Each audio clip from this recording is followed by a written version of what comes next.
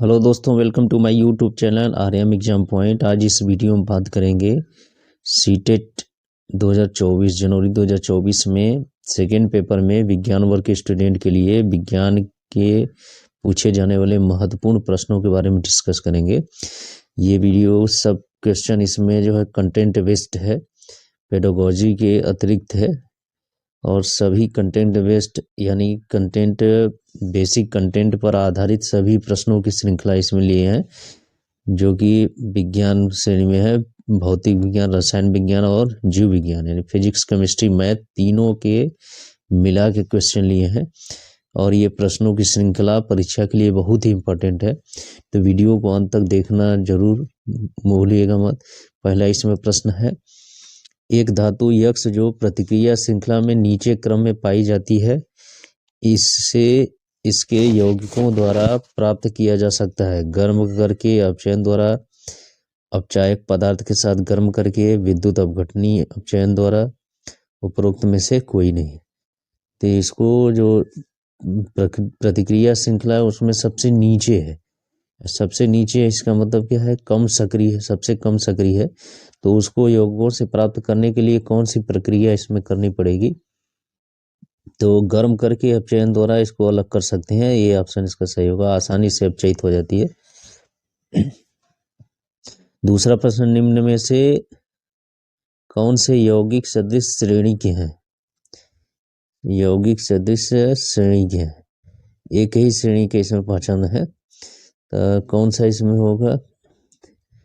C2H6O2 तथा C2H6O, C2H6O2 तथा CH4O, C2H6O, CH4O, इन सब में कौन होगा? तो दूसरा का इसमें आता है सी, आता है सी ऑप्शन इसका सही होगा कि यौगिक क्या होते हैं, सदृश श्रेणी के होते हैं, एक ही श्रेणी के होते हैं।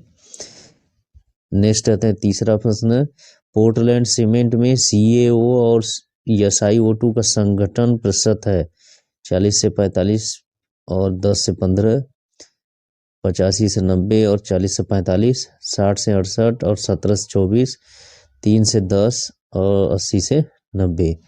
इनमें सही संगठन क्या है? सी वाला सही होगा, 60 से 80 और 17 से 24% तक होता है। सी ऑप्शन इसका सही होगा। तीसरा, इसमें सल्फर यस, एल्युमिनियम यल और लौ Fe के गलनांक 0 डिग्री सेंटीग्रेड है, डिग्री सेंटीग्रेड में दिया 113, 666 तथा 1535 है। निम्न में से कौन सा एक सही है? केवल Fe 200 डिग्री सेंटीग्रेड तापमान पर ठोस है, Al तथा Fe 200 डिग्री सेंटीग्रेड तापमान पर ठोस है, Fe यस तथा Al 200 डिग्री सेंटीग्रेड तापमान पर ठोस है, केवल यस 200 डिग्री सेंटीग्रेड तापमान पर ठोस है। तो इसमें कौन सा वाक्य सही है, उपयुक्त है? तो इसमें Al तथा Fe 200 डिग्री सेंटीग्रेड तापमान पर ठोस है, यानी बी वाला ऑप्शन सही है, चौथा का बी। पांचवा है, 8 ग्राम ऑक्सीजन अणु में कणों की संख्या होगी, कितनी होगी? इसमें कैलकुलेशन करेंगे तो डी ऑप्शन का सही होगा। 8 ग्राम में मोलों की संख्या निकाल लेंगे, उसके एवोगैड्रो संख्या गुणा कर देंगे तो आ जाएगा डी आंसर, 5 का डी। छठवां आते हैं, स्थिर अवस्था में द्रव केवल नीचे की दिशा में दबाव डालता है, केवल पार्श्व की ओर दबाव डालता है, सभी दिशाओं में दबाव डालता है, केवल लंबवत दिशा में दबाव डालता है। तो जो स्थिर अवस्था में द्रव होता है वह क्या होता है? सभी दिशाओं में दबाव डालता है, यानी सी ऑप्शन सही होगा, छठवां का। सातवां प्रश्न है, केरोसिन, ऑयल, तारपीन का तेल व पानी के अपर्तनांक क्रमशः 1.44, 1.47 व 1.3 थे ना, इनमें किसमें प्रकाश की चाल सर्वाधिक होगी? तो जिसका अपर्तनांक कम होगा उसमें प्रकाश की चाल सबसे अधिक होगी, यानी पानी में, पानी का अपर्तनांक कम है तो उसमें प्रकाश की चाल सबसे अधिक होगी, यानी 7 का सी आंसर सही होगा। और उसके बाद नेक्स्ट आते हैं आठवां प्रश्न है, एक तत्व का इलेक्ट्रॉनिक विन्यास 1s2, 2s2, 2p6, 3s2, 3p6, 4s1, 3d5 है। आवर्त सारणी में तत्व का ब्लॉक एवं आवर्त होगा, कौन सा आवर्त और कौन सा ब्लॉक होगा इसमें पहचाना है? तो ये डी ब्लॉक, ये इलेक्ट्रॉन डी सबसे पूछ रहा है तो डी ब्लॉक होगा। आवर्त कितना होगा 4, सबसे लोग संख्या कक्षाओं संख्या 4 है, इसलिए आवर्त कितना होगा, चौथा होगा, यानी 8 का सी आंसर सही होगा। 9 है Al पर 3 प्लस का इलेक्ट्रॉनिक विन्यास है 283, 28, 281, 282। तो एल्युमिनियम का सही इलेक्ट्रॉनिक विन्यास क्या है इसमें, 283 है। 9 का Al 3 प्लस है तो 3 इलेक्ट्रॉन निकल जाएगा तो 28 बचेगा, यानी बी इसका सही जवाब होगा। 9 का बी आंसर सही होगा। 10वां प्लास्टर ऑफ पेरिस का रासायनिक सूत्र है CaSO4 into H2O, CaSO4 into half H2O, CaSO4 into 2H2O, CaSO4 into H2O का होल ट्वाइस। तो प्लास्टर ऑफ पेरिस का रासायनिक सूत्र कौन है, सी वाला सही है, CaSO4 इंटू 2H2O, 10 का सी।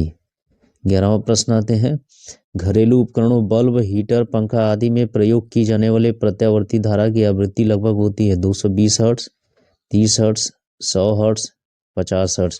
तो कितनी आवृत्ति होती है घरेलू उपकरणों में, 50 हर्ट्ज होती है, यानी डी ऑप्शन इसका सही होगा 11 का। 12 संपूर्ण परिपथ में इकाई आवेश के प्रवाह के लिए सेल द्वारा प्रदान की गई आवश्यक ऊर्जा क्या कहते हैं, विद्युत वाहक बल, दिष्ट धारा, प्रत्यावर्ती धारा, आंतरिक प्रतिरोध।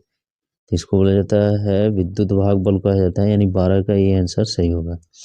13 विद्युत धारा को किस यंत्र की सहायता से मापते हैं, धारा मापी, अमीटर, वोल्ट मीटर, प्रतिरोध बॉक्स।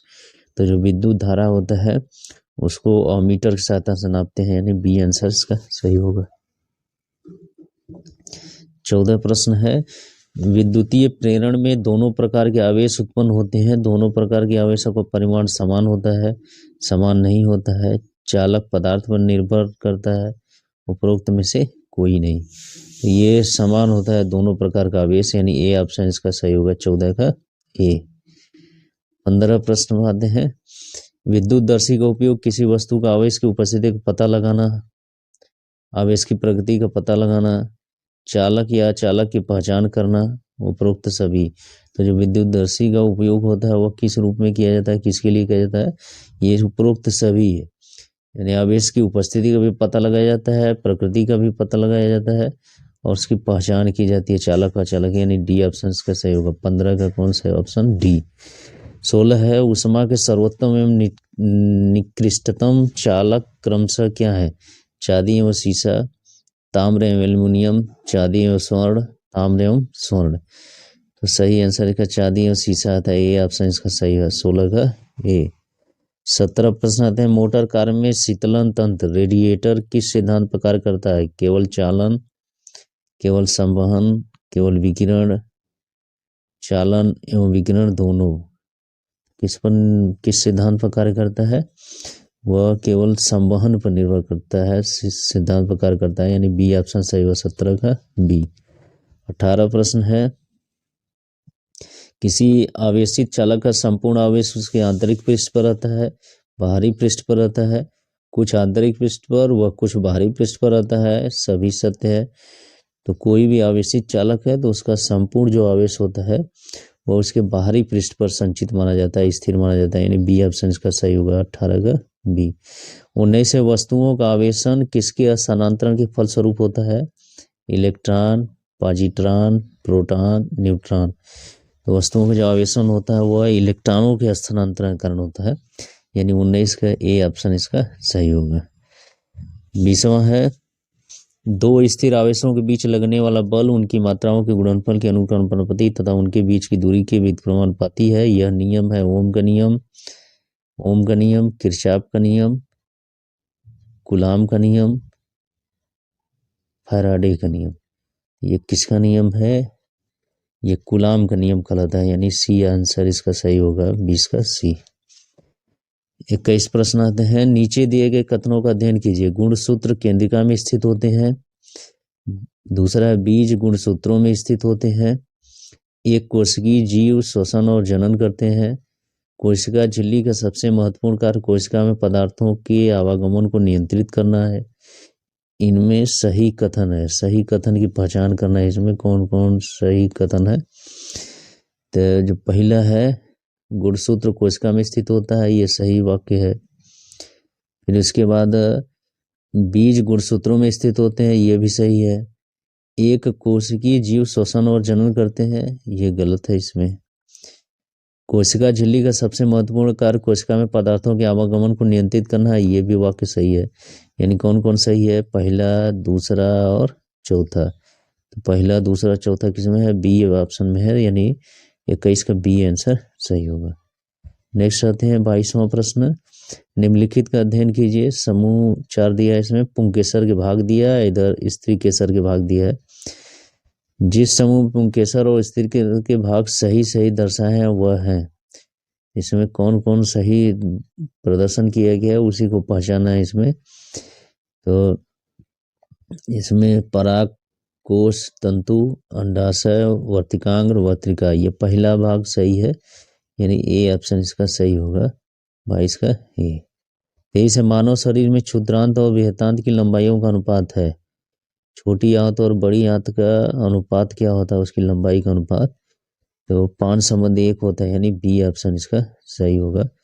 23 का बी आंसर सही होगा। 24 प्रश्न आते हैं। निम्नलिखित में से कौन सी अंतःस्रावी ग्रंथि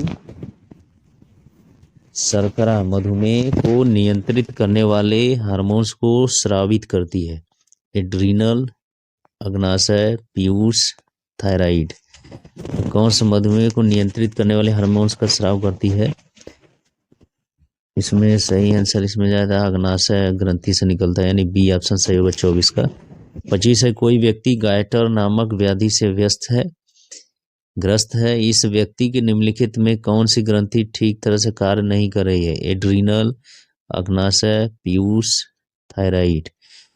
तो जो गायटर नामक रोग होता है वह किस ग्रंथि के कारण होता है? किस ग्रंथि की कमी के कारण होता है? वो होता है थायराइड के कारण, यानी डी आंसर इसका सही होगा। 25 का डी। 26वां प्रश्न आते हैं। नीचे दिए गए मानव नेत्र के आरेख में ए बी सी डी द्वारा अंकित भागों का नामांकन किस प्रकार किया जा सकता है? अब ये नेत्र इसमें ए बी सी डी सब प्रदर्शित किए गए हैं। अब इसका नामांकन करना है कि ए कौन सा भाग है, बी कौन है, सी कौन है, डी कौन है। तो इसमें पहचानेंगे तो सही आंसर इसमें डी वाला आएगा कि जो ए है परितारिका कहते हैं, बी को पुतली कहते हैं, सी को लेंस, डी क्या है? कार्निया है, यानी 26 का डी आंसर सही होगा। 27 प्रश्न पाते हैं। मानव नेत्र के रेटिना पर बने किसी वस्तु के प्रतिबिंब का प्रभाव रेटिना पर लगभग कितने समय तक बना रहता है?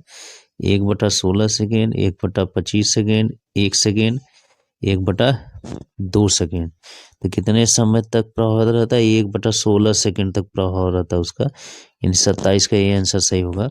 28 है नीचे दिए गए कथनों का अध्ययन कीजिए। प्रोकैरियोट में केंद्रक नहीं होते हैं। एक कोशिका जीव में एकल कोशिका सभी कार्य करती हैं। नीले हरे शैवाल प्रोकैरियोट के उदाहरण हैं। यूकैरियोट के में केंद्रक झिल्ली सहित सुसंगठित केंद्रक नहीं होता है। इनमें से सही कथन है। कौन कौन से सही कथन है इसमें पहचानना है। तो इसमें पहचानेंगे कि पहला प्रोकैरियोट में केंद्रक नहीं होते हैं, तो ये सही है। एक कोशिका जीव में एकल कोशिका सभी कार्य करती हैं, ये भी सही है। फिर इसके बाद तीसरा है नीले हरे शैवाल प्रोकैरियोट के उदाहरण है, ये सही है। चौथा यूकैरियोट में केंद्रक झिल्ली से सुसंगठित केंद्रक नहीं होता है, केंद्रक होता है, ये गलत वाक्य है। यानी कौन सही है? पहला, दूसरा, तीसरा। तो पहला, दूसरा, तीसरा किस में आ रहा है? सी में आ रहा है, यानी 27 का पहला, तीसरा और कौन सा होगा? तीसरा भी गलत है, तीसरा है। चौथा इसमें सही है, तो कौन सा सही होगा? पहला, दूसरा, चौथा, यानी ए ऑप्शन इसका सही होगा। 27 का ए। 28 प्रश्न पर आते हैं। 27, 28 हो गया। 28 के बाद 29 प्रश्न पाते हैं। मानव नेत्र में रेटिना का कार्य कैमरे के किस भाग से मेल खाता है? लेंस, शटर, फिल्म, उपरोक्त में से कोई नहीं। तो जो रेटिना प्रतिबिंब बनता है या फिल्म प्रतिबिंब बनता है, यानी किससे समानता है? फिल्म से समानता है, यानी सी आंसर इसका सही होगा 29 का। तीसरा है नीचे कुछ जीव दिए गए हैं, इष्ट, जोंक, शैवाल, छद्रक, खटमल, अमरबेल, जूल, लाइकेन। इनमें से परजीवों में वर्गीकृत किए जाने वाले जीव हैं। इन सभी 8 में से जो परजीवी जीव हैं उनको वर्गीकृत करना है, अलग अलग करना है। इसमें इसको अलग अलग करेंगे। इसमें तो जो जोंक होता है ये परजीवी होता है, दूसरे जीव पर निर्भर करता है। फिर इसके बाद जो जोंक है, फिर इसके बाद जो खटमल है वो भी दूसरे जीव पर निर्भर करता है। फिर अमरबेल है, ये भी निर्भर करता है दूसरे जीव पर। फिर इसके बाद जू है, ये भी परजीवी होता है। यानी इतने परजीवी हैं और उनको छोड़ के तो ये कितने हो गए? दूसरा, तीसरा, चौथा और छठवां। दूसरा, तीसरा, चौथा और छठवां, इसमें ये ऑप्शन सही होगा। 30 का ये आंसर सही होगा। तो इस तरह से हम लोग देखें, इसमें महत्वपूर्ण 30 प्रश्नों की श्रृंखला थी जो कि परीक्षा की दृष्टि से बहुत ही इम्पोर्टेंट है और सभी क्वेश्चन कंटेंट बेस्ड है, बेसिक कंटेंट पर आधारित है, इसलिए बहुत ही महत्वपूर्ण है। यदि ये वीडियो अच्छा लगे तो मेरे चैनल को सब्सक्राइब करें, मेरे वीडियो को लाइक शेयर करना ना भूलें। Thank you.